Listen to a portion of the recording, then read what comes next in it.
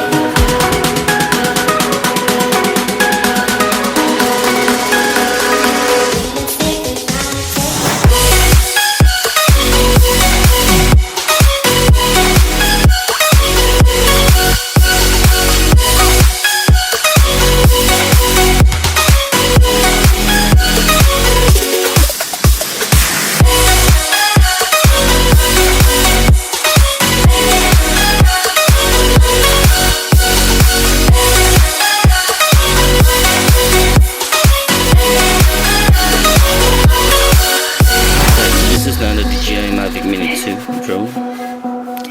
It's very small, light and compact.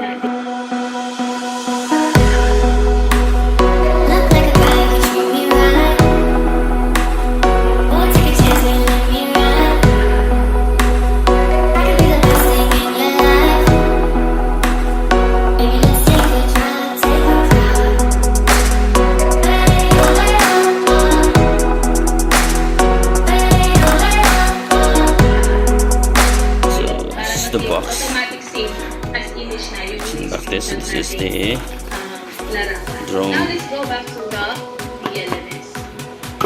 So, since na-save natin yung image, actually pwede naman natin i-place yung ito.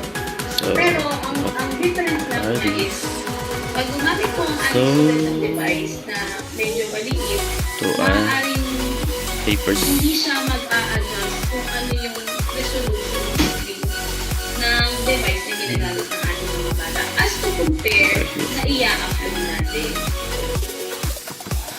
So, na-discuss na po ito sa inyo. This is the advertised editor. We are allowed to mag-insert ng image, ng videos, ng record ng audio. For the advanced buttons, we have here the